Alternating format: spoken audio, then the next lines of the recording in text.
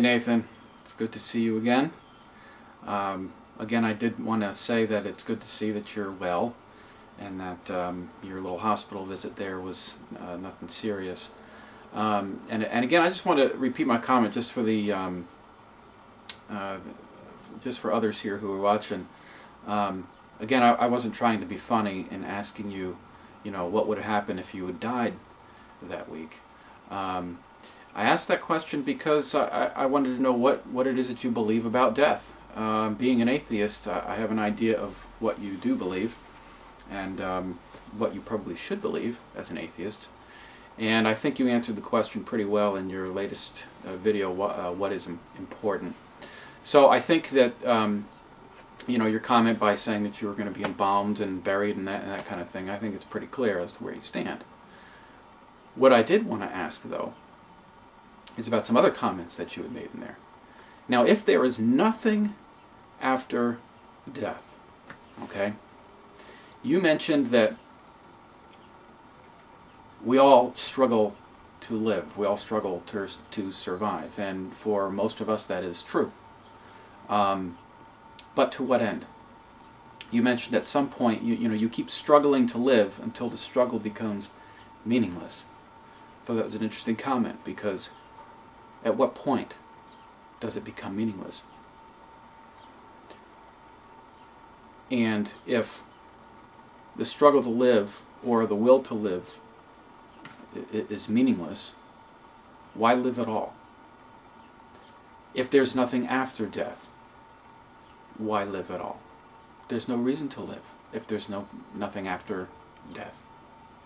How can you make sense out of your life if there's nothing after you die? I mean, you can do all the good things that you want in life, you can treat people well, and yeah, that feels good, and of course I desire that feeling as well. That motive is always there. When you do something nice for someone or help someone, you feel good. It does feel good to help people. It should feel good to help people, but that still in itself is a selfish motive. It's governed by your own lust to feel good. Of course, I have that as well. But the difference is, as a Christian, I serve Christ when I serve others. He gets the glory, not me. I continually try to take the focus off of myself so that Christ gets the glory. Even though there are a host of other motives that are included there, Christ gets the glory. So Nathan, what is the reason to live if there is nothing after death? Because I don't see any reason. It doesn't make any sense. Is it to be remembered?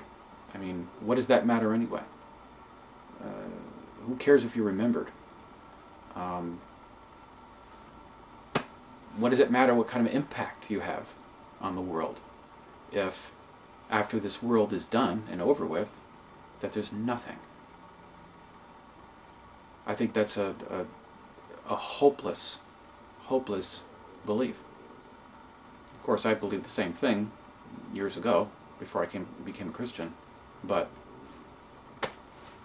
what's the sense in it? Nathan, you're a very intelligent guy. You are it seems to be a very nice man, and you have the ability to kind of work things out for yourself. It seems like you've got things kind of wrapped up in a neat little package, and you're a thinker. That's good that you're a thinker, although sometimes it can be a detriment, and it was for me years ago, because I've always been a thinker, a philosopher of a type. And before I became a Christian, I had everything all worked out. I had my whole philosophy of life all set up, as an artist and that kind of thing. But there were so many holes in it.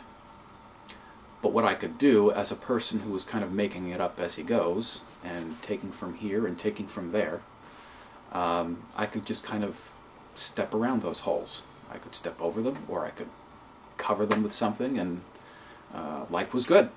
Even though there were many double standards there, and people couldn't even point them out to me. It didn't matter. I believed what I want to believe. The path to eternal life is a very straight path. It is a narrow path, but it is a very solid path, and it has no holes in it. The problem is that it's one where there's many people, ideas, and things of that nature that are on both sides of that path that are just throwing rocks at you constantly. It is not an easy life to be a Christian. And that's not the reason to become a Christian. But Nathan, consider your philosophy of life. Take all of your videos even, put them together and see how consistent you are. It's just a challenge to you. I'm not trying to be a jerk here or anything. I'm just saying, look at your philosophy of life. See if you can see the holes. And I look forward to hearing back from you. And God bless you. We'll see you.